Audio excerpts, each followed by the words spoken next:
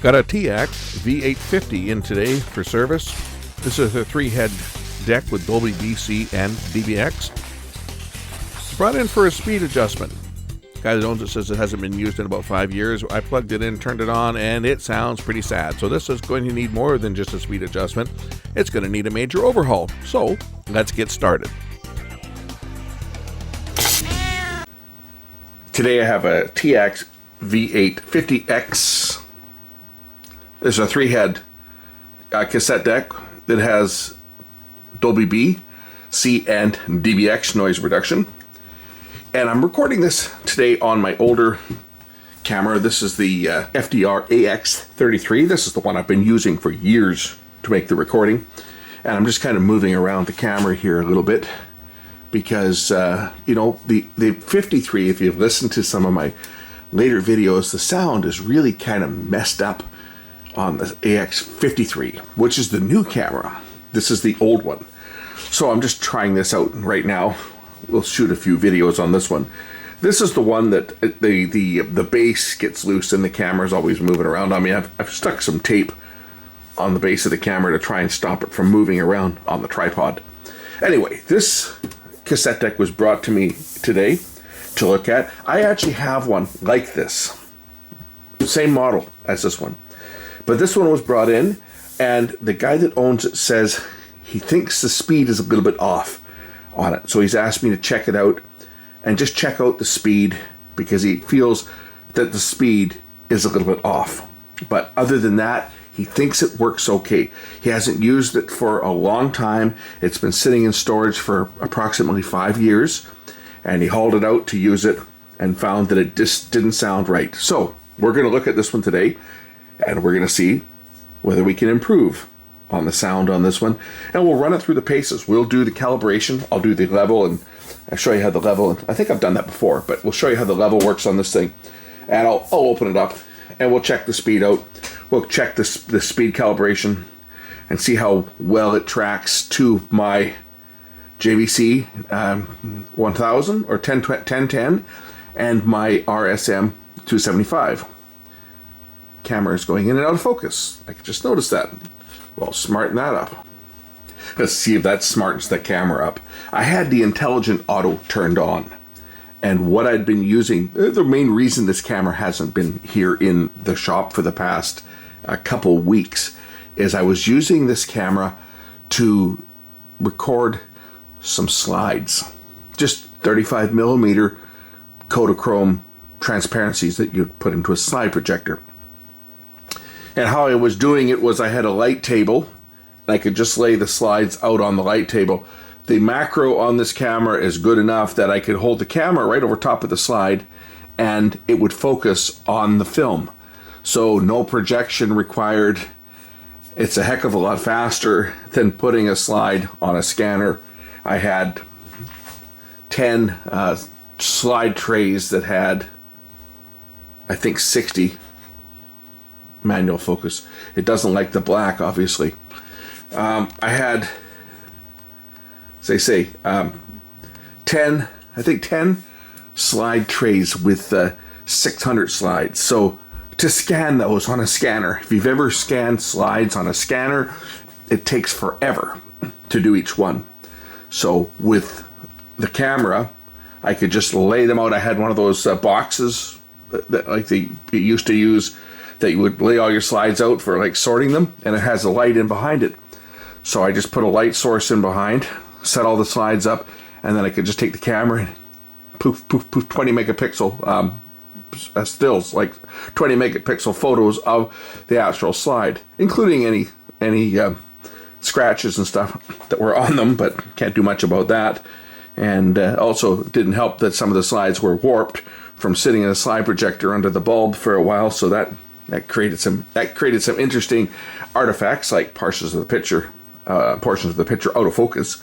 But that would happen if you scanned it as well. If the film wasn't perfectly level, you would end up with problems with that too, scanning. So anyway, it was a neat little experiment, and it worked out well, and that's what I've been using this camera for. But now I've got it back in the shop, so we'll see how this one performs, so we can compare it to the few videos I've done with the AX53. So first things first, let's plug this thing in. I'll put it on my little frequency counter and we'll see how close, before I even take it apart, we'll see how close the speed is. Whoa. Whoa. He's not kidding that this thing's no good. I don't know if I got that in time, but when I started this thing playing, it started out really slow. It went,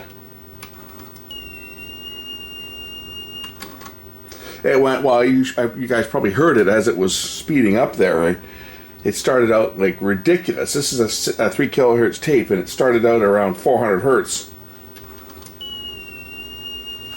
Yeah, something's definitely wrong with this thing. Let's see what our scope says that we are at. It's showing me 2.8 kilohertz, and this should be a 300 or 3 kilohertz tape. If I turn the tape over, on the other side of this tape, I have the 440 tone, and it is also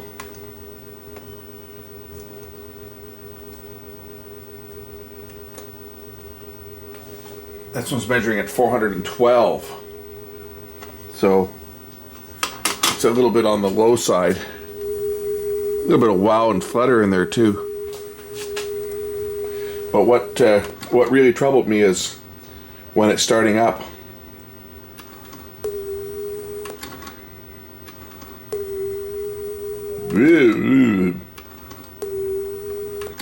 Yeah, this thing definitely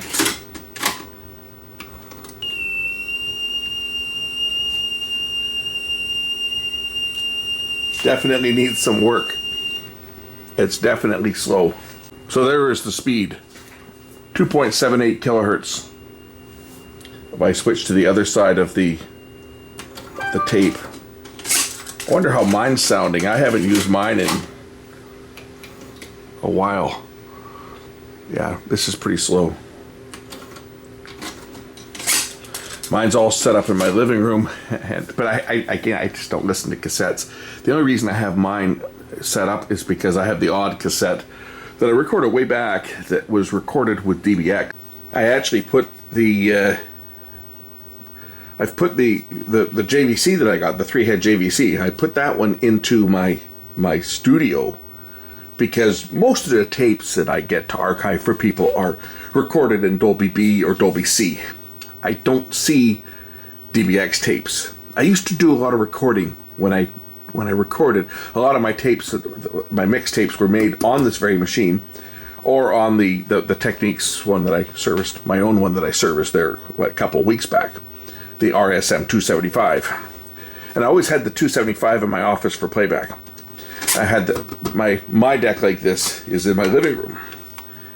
And I don't use it for recording or anything. I just use it for playback of some old tapes, which again, as I said previously, I don't listen to tapes that often, but it's nice to have if I get a tape to, I want to listen to an old tape.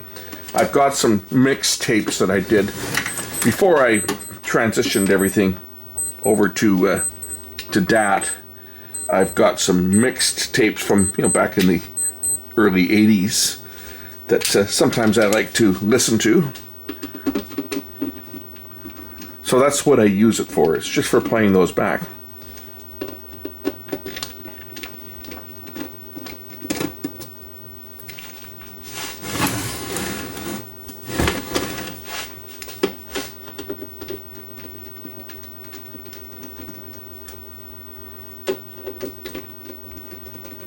So let's take a look inside this one and see how well built this unit is. Being it's an older machine, it's probably built quite well. Well, it is built quite well. Maybe not to the same degree of quality that JVC machine, the 1010, or even the Techniques RS, or Technics, however you want to pronounce it, RS 275 is, but still, the quality on this one is not too shabby. So I'm thinking that this one has a sloppy belt, and that's why it's behaving the way that it is. This is a belt drive unit, obviously. It'd be nice if they had direct drive on these, but they're not. They're belt drive. And flywheel is spinning here. Oh yeah, there's a fair bit of slippage. That's probably why it was slow at starting.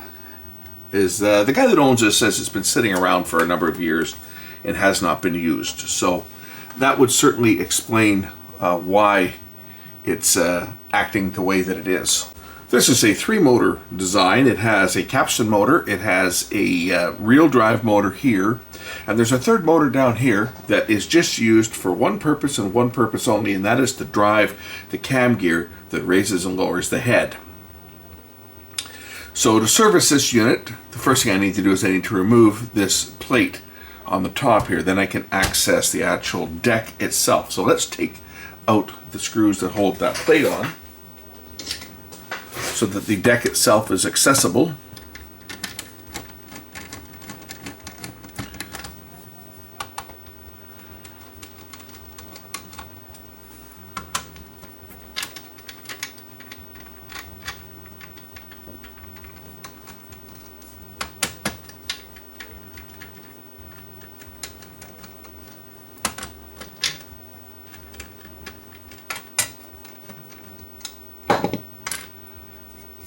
Okay, so now we can see the mechanism itself. There's a bunch of wires here that go to the switchboard. What these are for is there's detection switches here to detect whether you've got a normal tape, a chrome tape, or a metal tape, as well as the record lockout. So that's those switches. This is the cam gear, and there is a little mode switch down here as well, I think. Yeah, there's a mode switch here. Contacts are on the back. There's a little circuit board here that as the cam gear rotates, that little circuit board tells the mechanism what position it's in. Here's our motor over here, our main drive motor, and I'm just going to stop the capstan from turning and see if the motor stalls, which it doesn't. The belt is nicely slipping, so I think that probably the only thing I need to do on this, besides calibrate the speed of the motor, is change the belt. But we might want to take the motor apart just so that I can lubricate the bearing itself on the motor, because this thing being the age that it is, and I'm looking to see if there's a date code on this thing. There's a number stamped on the back of the motor. It's 54706506, if that means anything. But I don't see any date on the back of the unit itself. First thing though is we're going to take the mechanism out. I believe it's just held in place by a couple screws on the bottom, and once I remove the mechanism, it should be a little easier to work on out of the unit itself. Again, if I put it on play, okay, now it seems to be running up to speed, so maybe it also could be the capstan itself needs to be lubricated. But we're going to take care of all that, so let's open it up. As you can see, even opening, even for eject, you'll see that this gear will spin. That operates the mechanism to open the cassette compartment. First things first though, let's remove the mechanism from the chassis so that it can be worked on. I'm pretty sure that it's just a couple screws on the bottom. It's going to unplug the power on this thing right now. I think it's just these. There's just 2 screws here on the bottom that hold the mechanism in place. Jeez, it's been a while since I've worked on one of these things. I was trying to think when the last time I worked on one of these was, and I think the last one I worked on was my own. These were not a real popular deck, probably because they cost a few bucks when they were new. Like, this was not a cheap deck. I think I paid about $700 or $800 for mine when I bought mine way back. And I bought mine back in the early 80s from a place called Crazy Crazy. If anybody in Canada remembers Crazy Crazy and the shenanigans that those guys used to do. Holy smoke. Talk about bait and switch. Crazy Crazy. I think they became Visions, didn't they? I could be wrong. Maybe not Visions, but Visions is in the store where Crazy Crazy used to be. I think Crazy Crazy was out of like Winnipeg, and Visions came out of Calgary after the fact. But But yeah, I could tell you stories about crazy. Maybe that'll be a good time to talk about crazy while we're working on this unit. First thing I want to do is I want to disconnect the connection cables here for the heads and so forth. So there's a red plug here that comes out, and there's another plug that goes over here, which is, as you can see, this unit has never been serviced. It's another red plug. Oh, great. 2 red plugs. Wonderful. We'll just mark one of them with a black mark, even though the wiring is probably a different length. But we'll just mark one of those with a red or black mark, just so I know that this one, because they're both on brown wires, goes to that red plug. We'll cut the zap tie so that I can get the wiring harness out and proceed to remove the wires. So those 2 are unplugged, and there's a couple more plugs I'm sure that I got to remove on this. It looks like there's one right here on the back of them. On this board, we'll unplug that one. And there's another plug down here somewhere I got to get to. Where is it? That goes to this black plug. Black plug down here. And I think is that it? There may be one more. I'm sure there's more than one more, but there's the erase head over here. Another red plug, but at least this one's only got one set of wires on it, one connector. And what else is there to remove on this? This red plug here. Everything's using red plugs. Another red plug up here. At least these ones have different numbers of pins on them. And another red plug down below. This one looks like it's got the same number of pins, so I'll put 2 marks on this one, just so that I know which one that is, so that when it goes back together, we don't accidentally plug the wrong plug in, because I think this is another red plug down here. Yes, it is. Camera's in the way. There. Okay. Mechanism's out. Let's get rid of the box to work on the mechanism. So if we look at Teac's design, actually this was not a bad mechanism. You know, really, when you think about it, this was actually quite ingenious. You see, and I can operate this manually without power or anything, because I can just turn the cam gear. See, when the cam gear turns, it would raise the eject lever or the open lever to open the cassette, and then as the cam gear turned the other direction, it would raise the heads up like that. Okay, there's the full record play position.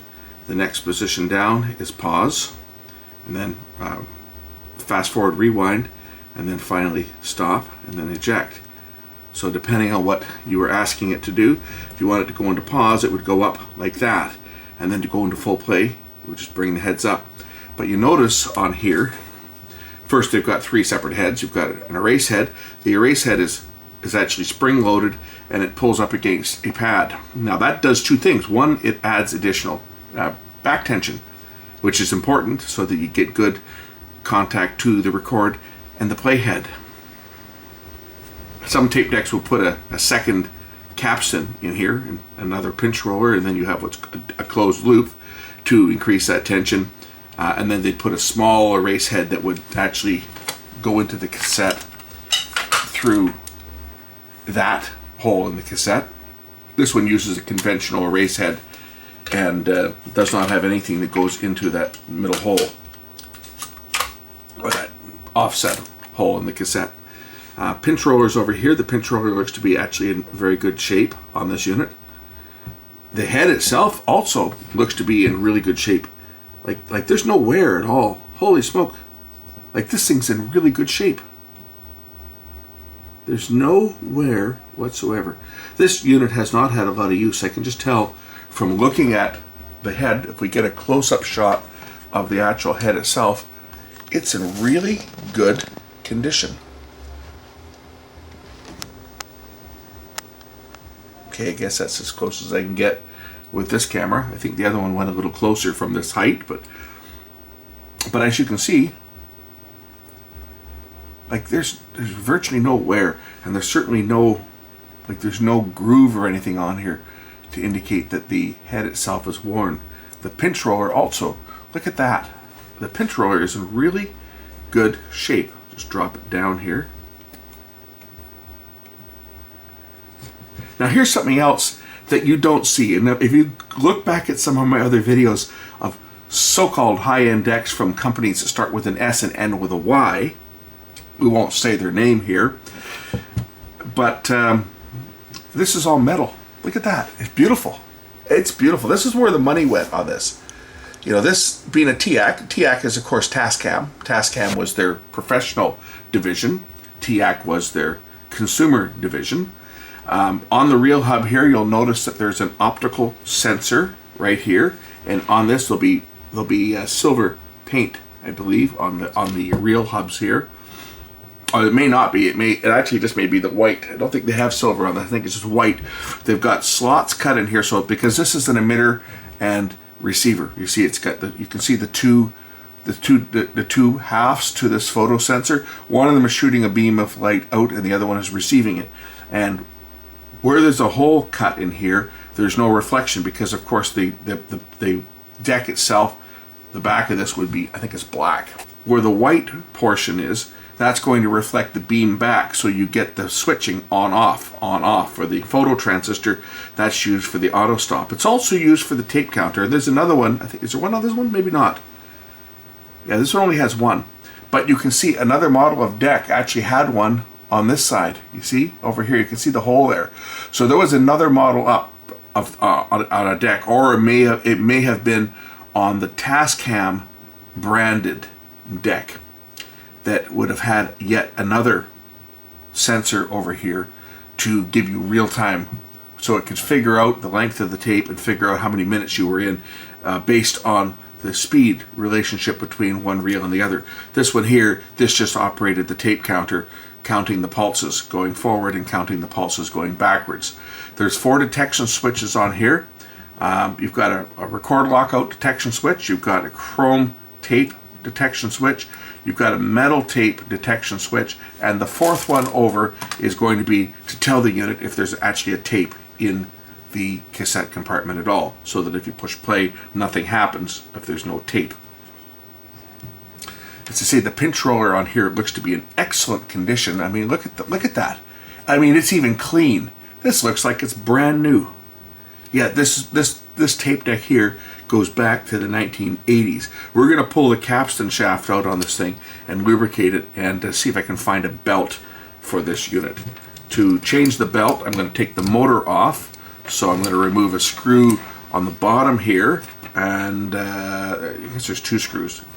I got to remove, first of all, I got to remove this plate because there's 2 screws. There's one here and one over here, and then there's 2 more screws up top that need to come off so that I can take the motor out and see if I can find a belt for it. Hopefully I've got one that's going to be adequate. We'll see if we can get this unit sounding as good as it once sounded. Because I know how good these units sound. I've got one. And it does record very good.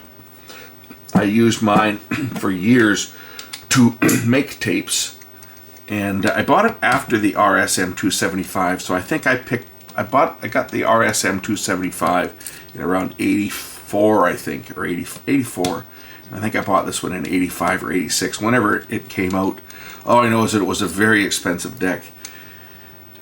It retailed at like $1,000, and I got it at crazy. We'll get into that story in a minute. It was their demonstrator model that they sold me. And I think I probably paid $800 for it. It wasn't cheap. It was a lot more money than my RSM 275, which I only paid a couple $100 for that. But I wanted a 3-head deck, so it was, and we didn't carry, the shop that I worked at, we didn't carry Teac. We carried Sony and Technics, and I wanted a Teac.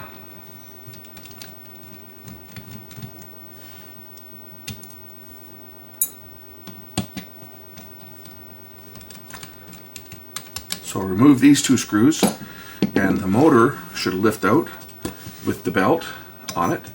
There's the motor. And the belt has not turned to goo, of all things. I mean, the belt actually doesn't even look to be in that bad a shape, but it certainly was slipping. Although it could have been just this like... The belt may even be okay on this thing. It might just need to be lubricated and have the motor serviced. It looks like at some point a belt has been changed on this thing.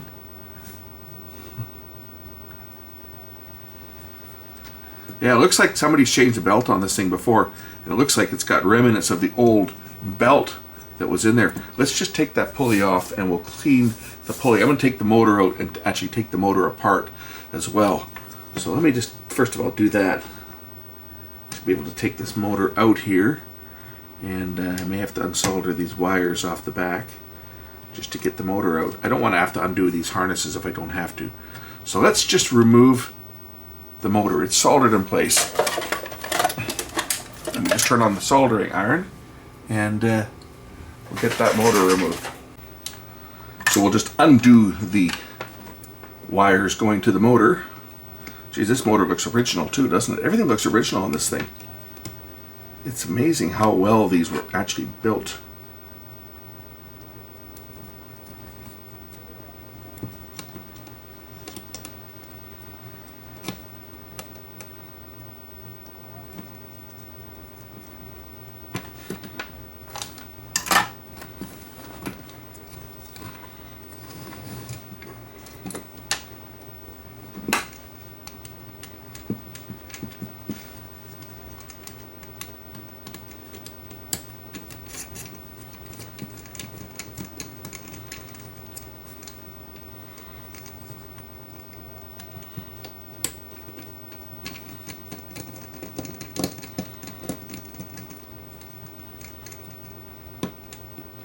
I mean, I certainly think this unit has been serviced before because that belt looks like it's been changed.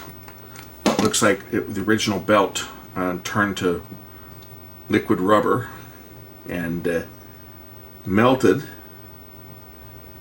And it looks like somebody has changed that, although they did clean up the flywheel. Looks to be okay, but there's some remnants here and there's some remnants on the actual motor itself that needs to come off. So we're going to clean that up. I'll clean that flywheel too, because I'm going to take it out and lubricate it, because it probably never has been done and it's certainly past due. So let's clean this mess up first. I'll use some I think I'll probably use some WD-40 and then finish it up with isopropyl alcohol to get the oily film, because WD-40 will remove the residue. Another thing that will remove the residue of all things is baby oil. Good old Johnson baby oil. That will remove tar and that crap from your hands. You just put it on your hands and rub it and it'll come right off. I learned that one from a guy in the roofing business who was telling me how to get tar off of your hands. And I don't remember how. I was doing some work. Oh, I remember what it was. I was doing some work at his house, and I got some of the sealing compound they use like for flashing on my hands. And the guy says, "Here, come here." He takes me into the washroom, and so I think it was his laundry room. He goes, "Here, just wait here." And he goes and gets some baby oil. He dumps some on my hand. He goes, "Rub your hands together." He says, "And then just wash them." And sure enough, it just came right off. So WD-40. I'm going to put some on a Q-tip.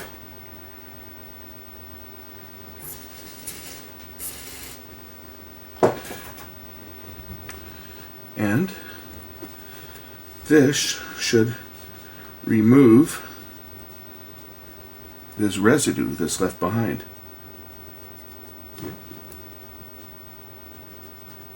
Maybe I'll pull the pulley right off of here. It might make it easier.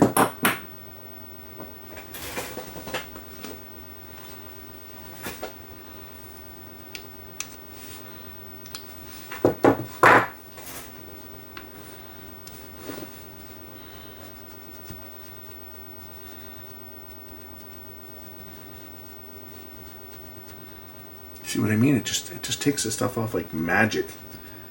Like it comes off the plastic just like that. I'll do the same. I'm going to clean up the capstan on here as well while I've got it apart. And I think we'll pop the motor apart and lubricate the bearings in this high mileage motor, because you know, the motors, they'll last a long time, but what happens is that if they get slowed down by a broken belt, for example, or the bearings getting dry, they will draw too much current, and once that happens, they'll start to fail. You'll end up with failures of the drive transistors and so forth. Just looking for something to clean this out. A rag probably would work well for this, but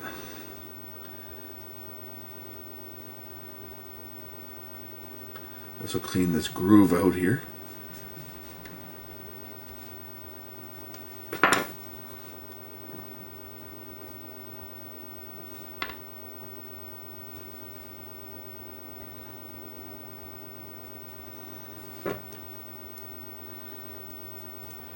Okay, that's looking a lot better than when I started.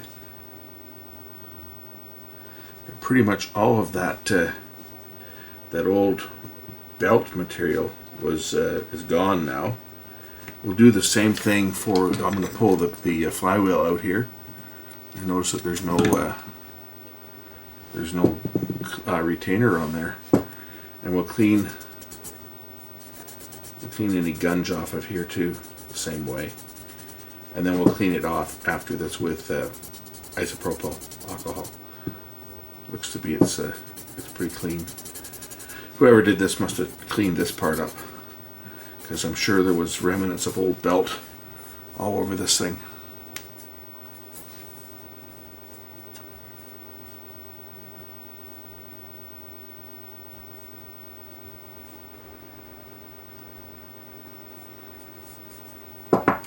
Okay, enough of that. Now, so isopropyl. I started to tell you guys about the store Crazy and what they used to do. They used to advertise stuff cheap, but when you went into the store to try to buy what they had advertised, they never had one to sell you. There was always a more expensive model, and they had every excuse why you shouldn't buy the one that they had advertised. And they'd tell you it was a piece of junk. It might have been a great piece of equipment, like Panasonic VCRs, for example, but they would tell you that it was a piece of junk, and they'd try to sell you a Mitsubishi or something that was twice the price that you had planned on going. And it worked for a lot of people. Now I'm going to take some isopropyl. I'm just going to dump some into the cap.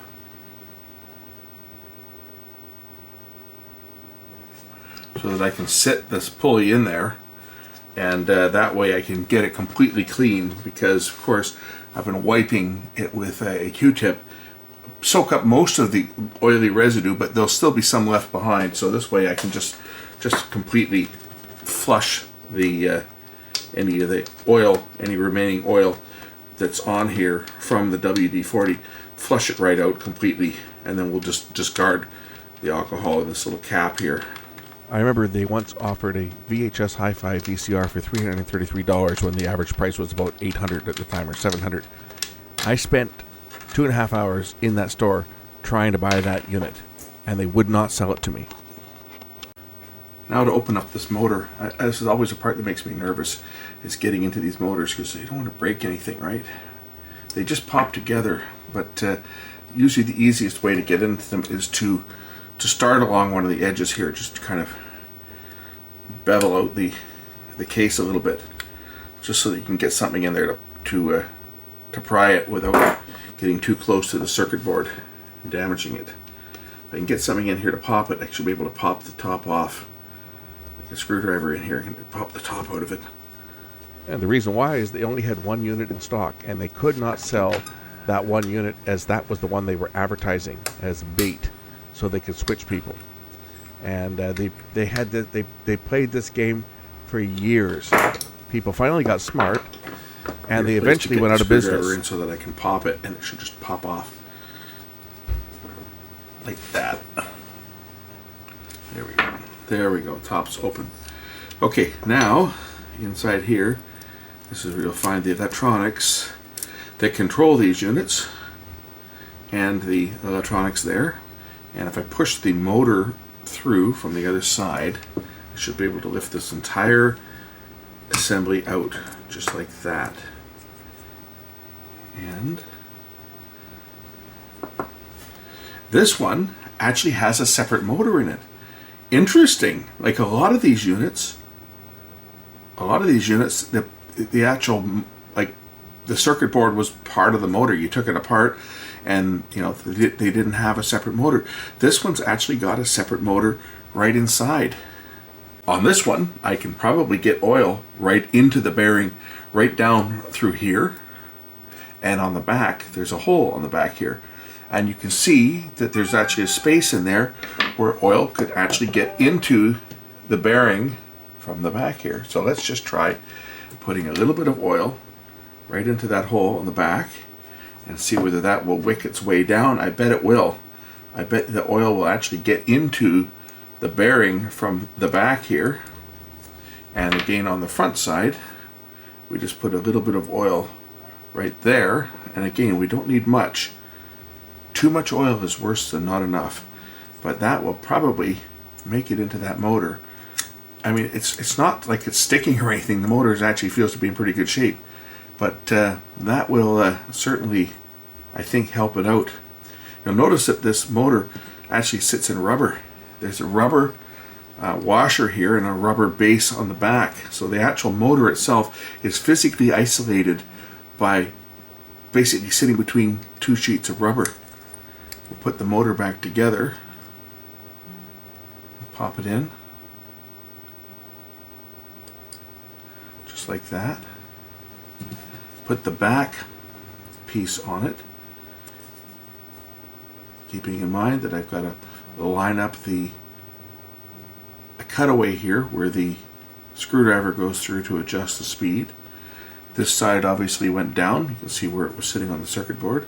So there's the hole for adjusting the speed right there. That's how it sits, just like that. And then the back cap just goes on like that. That's an interesting design for this motor. I haven't seen one like this. Most of the ones I've seen have been just like the other ones that I've taken apart, where you take the cap off the back and the guts come out with the rotor and everything. It comes right out, and you can actually get at the brushes. Whereas this one here, it's a separate motor, and to do that, I'd have to actually remove the circuit board from it and then pry open some tabs to get in there. I think I probably done just as good a job lubricating this old motor. Say the motor itself does not have a problem, and it spins very easily. So I think we've probably done all we really need to do to this motor in this state. We'll put the pulley back on. As you can see, if I spin the motor, it spins nice and freely. So next, we'll put some oil on the actual capstan shaft itself. There's bearings both at the front and at the back here. There's a bearing at the back here and at the front of this. And of course, there's another bearing in the back here, which needs to have some lubricant. I'll put some grease on that one. But we'll put some oil first of all on the capstan shaft itself. Man, it's windy out there today. I don't know if you can hear the wind, but it's really windy out there today. So windy that they canceled all the ferry sailings for today because the boats just, I guess, have a bit of a problem in the high wind.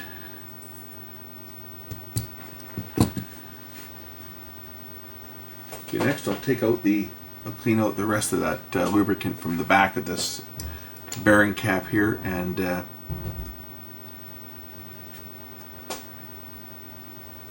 hear all that racket? That's the wind. Sounds like stuff's blowing over at the side of the house.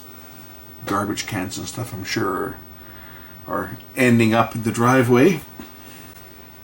So I'll put a little bit of Molykote grease into the back here of this bearing cap. There we go. That should keep that one going for a while. Remount the motor.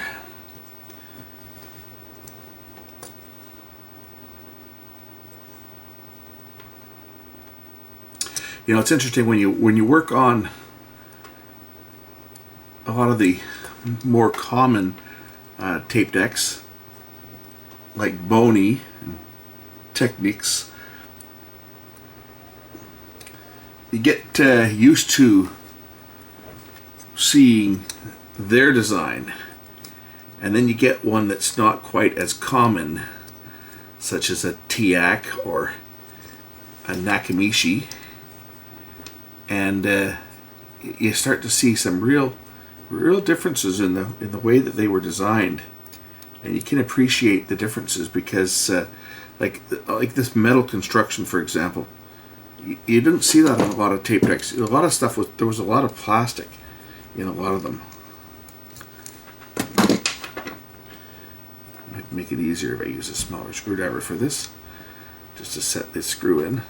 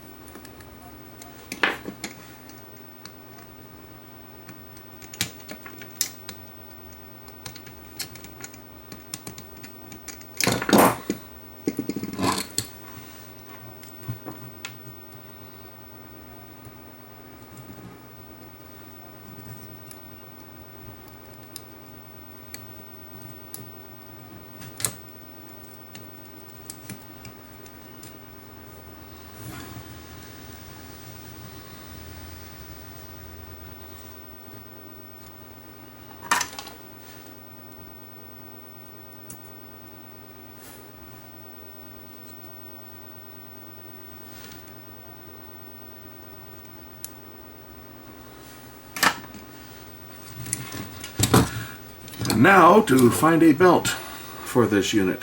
It just so happens that through the magic of television we have a belt, a new one. It looks to be about the right size. It's comparable to the other one.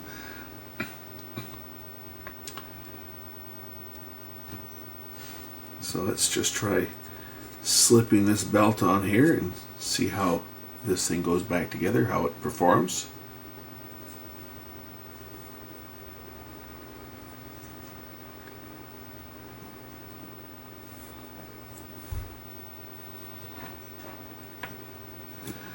See what my clearance is like there. It looks like I'm okay. Should be able to just slip this belt right over top of the... Now, it looked like it was going to go on easy. Actually, this is not hard to put this one on. It just slips on quite easily, just like that. Just got to mount the bracket back in here, and we'll see how this belt, how it performs, how it fits around here. It looks like it's doing okay. You don't want the belts too tight, right? Because if you have a belt that's too tight, it's going to increase your wow and flutter. So there's always a certain amount of slip factor. Obviously, if it slips too much, you're going to have a speed problem. But you don't want the belt too tight. A too tight belt is going to increase your wow and flutter. Same on a turntable, right? That's why you got to use the right belts. You put a belt on that's too small on a turntable, and your wow especially, not so much flutter in the case of a turntable, but your wow is going to go through the roof. On a cassette deck, if your belt is too tight, it's going to increase your flutter big time. And if your belt is too loose, it's just not going to spin. It's going to slip. But ideally, how it works is you get the flywheel effect. All the motor really needs to do is keep enough torque being transferred to the flywheel to keep the flywheel running, and then the flywheel itself will take care of the rest. But yeah, we've got a fair bit of torque on this thing. It should, hopefully. If not, I'll have to find a little smaller belt. But I think that belt that's in there is probably it's running in the center of the pulley, right? If a belt is too tight, it's going to ride up over to the edge, right? But this one's running right down in the center, so and we're probably okay with this one. We'll try it and see. If it's the wrong size, I'll have to find another belt. This is the closest one I could find when I opened up the parts bin, the drawer, looking for belts. This was the closest one I could actually find right away. Okay, now this piece goes on the bottom. It was like that.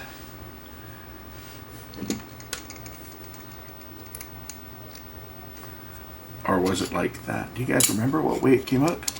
Was it that way? No, I think it was this way. Everybody's rewinding the tape now to see whether I took it out this way or the other way.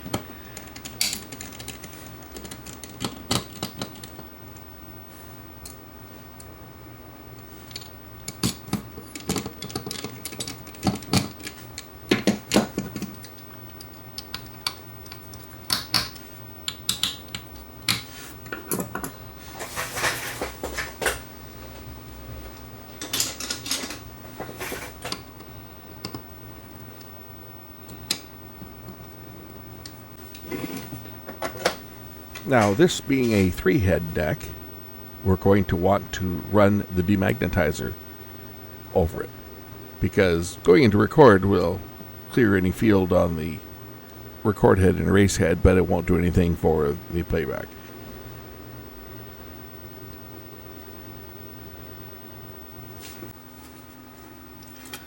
We'll take the now reassembled deck and reinstall it in the chassis. And it just slips in place, just like that. And a couple screws in the bottom to hold it in place. Reinstall the plugs.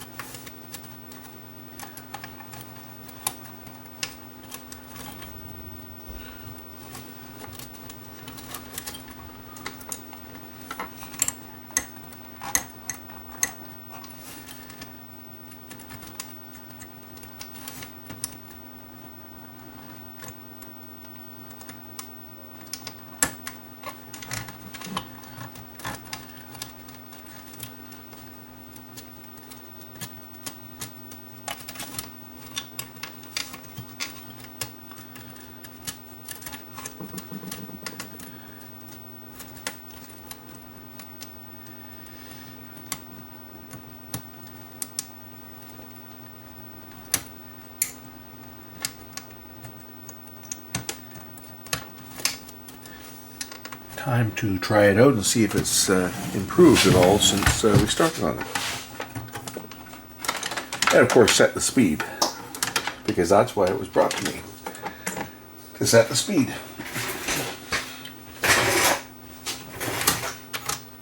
That part works. Let's see how the speed sounds for 440.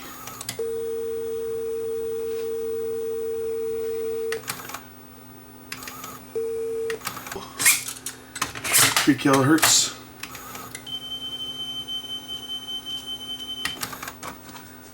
Let's get the frequency meter on and see how close or how far off we are. Okay, frequency meter is attached. Let's play the tape back. And I'm a little bit low. I'm at 3 point. Well, actually, I'm almost spot on. 3 kilohertz. Wow. 3.05. Haven't even touched it yet. But you can see it's almost perfect. We'll just adjust the speed with that little speed adjustment in the back here.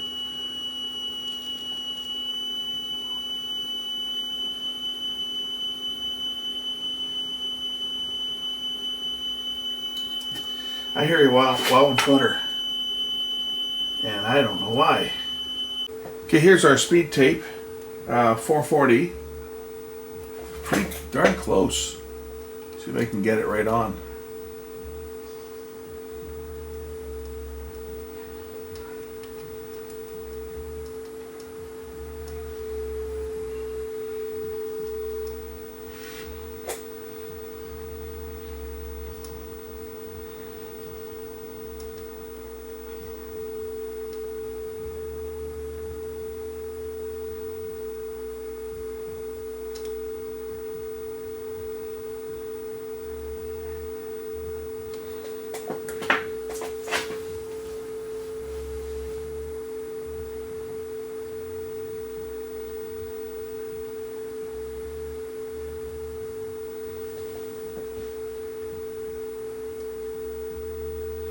Not too bad, not too bad.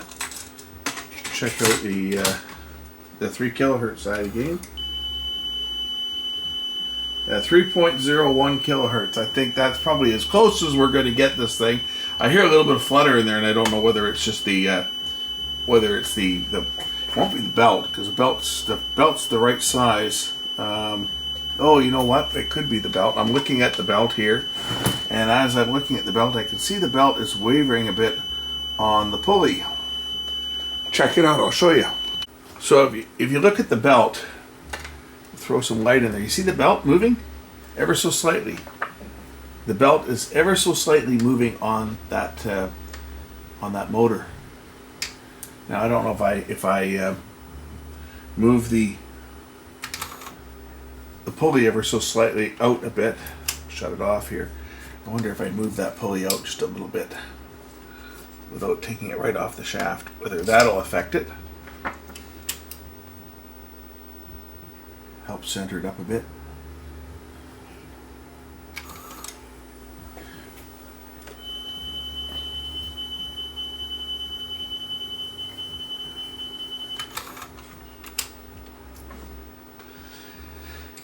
It's either the belt itself. This is a new belt, but it's a Chinese belt, because you know everything you buy these days off of eBay comes from bloody China, and the problem is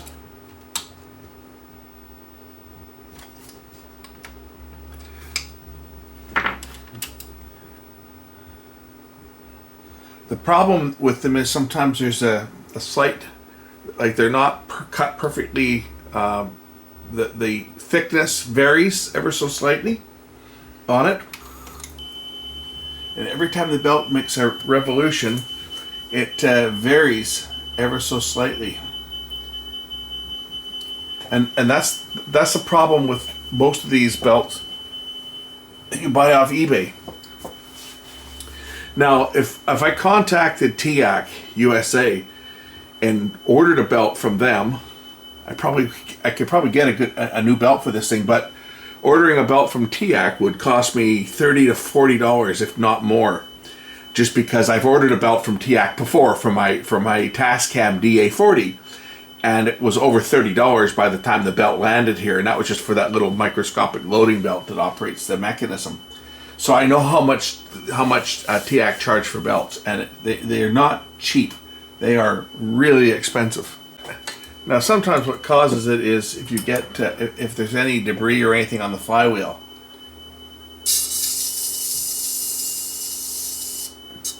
So I'm just running a screwdriver ever so slightly over the surface, just to see if there's anything on the flywheel.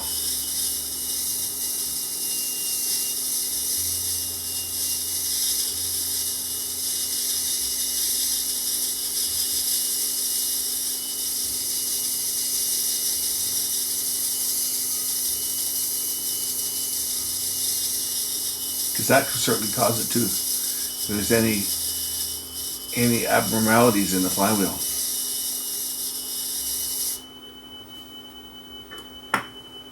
Actually, that looks to be running more true now. There might have been some debris on that flywheel. Because listen to it now. Listen to it. It's certainly lower than it was. Anyway, that's as good as I'm going to be able to get it.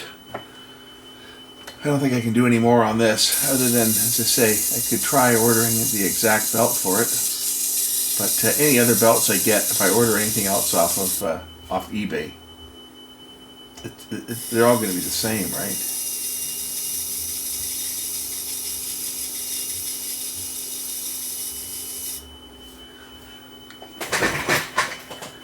And we all know how good the belts off eBay have been. It's it's hit and miss. Sometimes you'll get ones that are good, and most of the time you get ones that are garbage, and in much worse shape than this one. So I think that we're probably okay with this belt as it sits. Now, I fully expect that I'm going to get some goofball out there that's going to give me a thumbs down and tell me, oh, you should get the right belt for it. But again, it all comes down to economics and cost.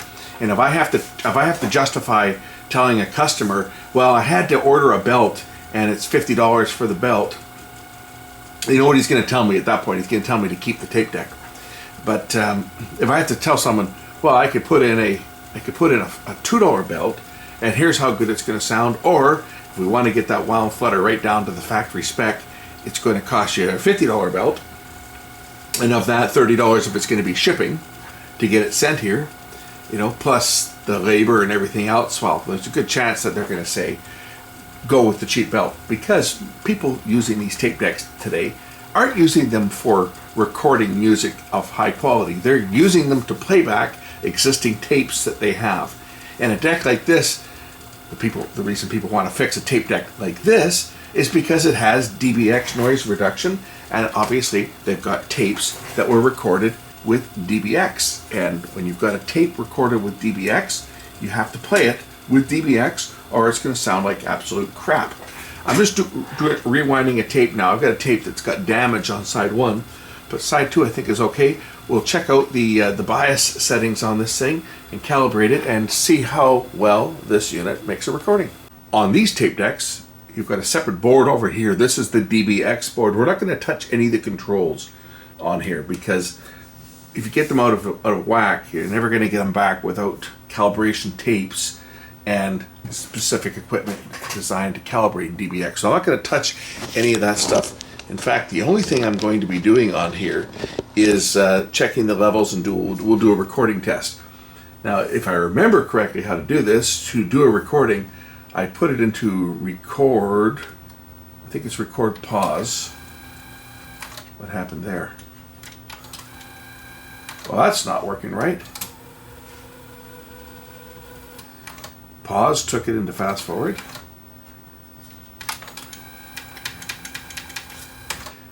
Okay, that's interesting. What else is wrong with this thing? The pause button's acting like a fast forward. I think we may have a switch that's sticking on here. Let's just go through and activate all the switches and make sure that they all do what they're supposed to do. This has got a start and stop memo, which is kind of cool, because you can mark a portion of the tape, start and stop, and it'll repeat that section over and over again.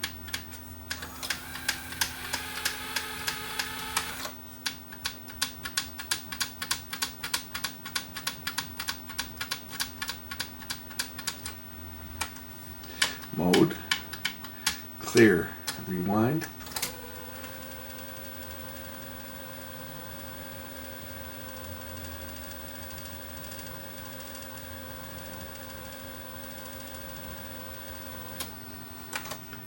Clear, play, fast forward. That stop, that pause button is certainly putting it into fast forward, but it shouldn't. It should go into pause.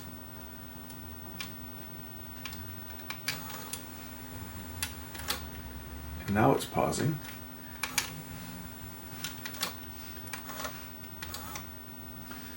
Okay, I think maybe what it was some oxidation on the switch. I'm sure on this what they do is resistive. There's a bank of resistors, and when you close the switch contact, it's just one bus, and it measures the resistance. Yeah, you see, I think that's what's happened on this. Is now it's going into pause like it's supposed to, and you can see the pause lights lighting up here. Right, you got a play light, green. You got a record light, and you go record and pause. It goes to the 2 red lights, and then when you hit play, it goes into play. I think that's what was happening, was the little switch. That's why I was going through the switches. I think just from disuse, the little, it's just a little momentary contact, little, it's like the old calculator switches, just a little disc, and when you push it down, it presses down on either on carbon or on the circuit board itself. It flexes in, and it completes the circuit. And there's a resistor in line with it that it measures the resistance. And if the contacts start to get a bit oxidated, you get some resistance there. And when you get resistance, it will read the switch wrong, and it was reading it as the fast forward. So hit record and pause. It's now in the record pause mode. And to do this, I think I have to hit, do I hit manual? Manual, okay. Now what it'll do is it's going to record a tone on the tape. This is the level. So what I want to do is I want to adjust the settings here to get this to a fine setting level to 0. So if I go higher, I can increase it. If I go lower, I can decrease it. I want to take it to the calibration mark of 0, right there. Then I'm going to hit the manual button again. This is the left channel. I'm going to do the same thing for the right channel. I'm going to adjust the level. And then when I hit the manual button again, it's going to switch from level over here. If you notice the little light that's on for level, we're going to switch it to bias. And then we're going to do the same for the bias. And the bias is perfect. It says 0. You can't get any better. Hit the manual button again, and the bias is a little bit off on this channel. That was a dropout on the tape, it looks like. So we set it to 0. So now 0 on the level for the left channel, 0 on the level for the right channel, 0 on the bias for the left channel, 0 on the bias for the right channel. I've now biased this deck so that it is as perfect as it can be for this tape. And I can actually store these in memory. Now that I've calibrated for this tape, I can hold down memory and hit 1. And now I've stored this tape is calibrated into Memo 1. Reference is the setting like by the factory. Turn out the lights so you guys can see the lights. There's a red light on here. Reference. And then Memo 1 I've now set for this tape. Manual, you calibrate it manually, right, by putting it into record pause and hitting the calibration button. If I don't have anything memoed in Memo 2, so this is, so you can actually have 2 custom tapes stored in memory, and when you load that tape, this tape's calibrated for Memo 1, tap Memo 1, and you're ready to go. Let's rewind the tape and do a recording on it and see how it sounds. Okay, I got a track queued up here. We're going to make a recording. I'm going to record this twice. I'm going to record it once without DBX, or once with no noise reduction, and then we're going to do it again with DBX. So here we go, record, and get past the leader, and let her rip.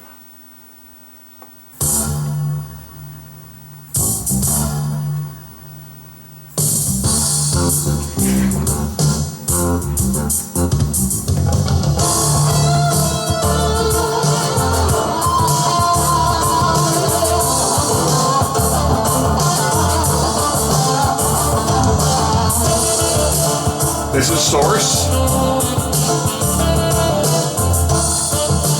And there's the tape playing back. But we're gonna play this back right into the camera when we're done. So I'm gonna stop the recording now. I'm gonna record this twice again.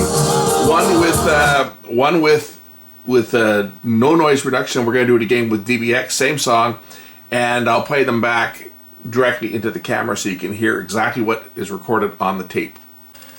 Okay, recording is done. Let's take a listen to the non-DBX playback, and then we'll play back the other one.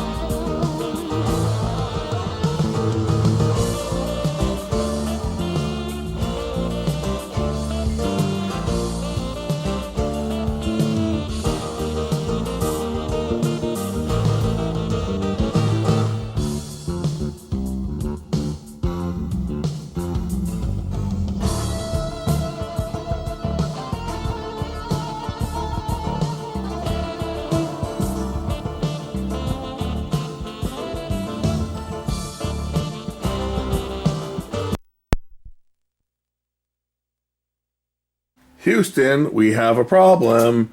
My power bar decided to die. As you can see, the switch is on, but there's no power.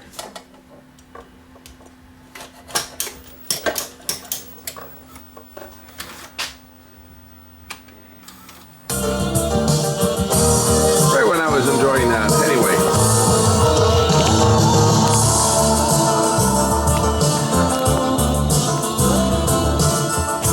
I think that probably about does it. I think you guys can hear the difference between using no DBX or no noise reduction at all and using DBX, which of course completely eliminates hiss completely and doubles the dynamic range of cassette tapes. Oh, any tape, but primarily cassette it was a good format for, just because cassettes had such bad signal to noise ratio. It also did a good job for vinyl too. If you had a vinyl encoded disc, you could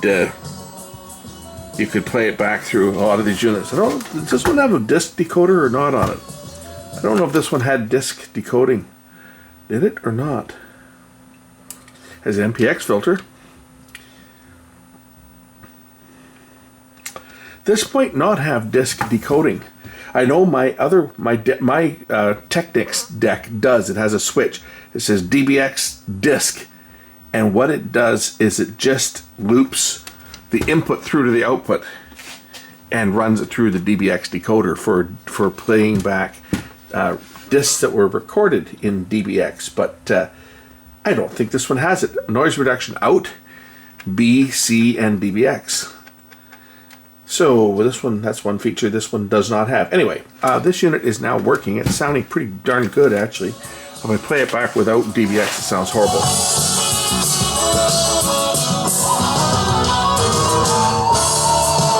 And here's a little trick. You could play a DBX encoded tape with Dolby C, and it would sound almost normal. Not quite, but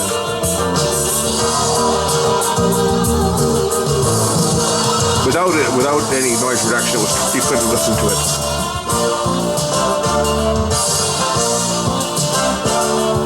There's Dolby C playback, and there's DBX.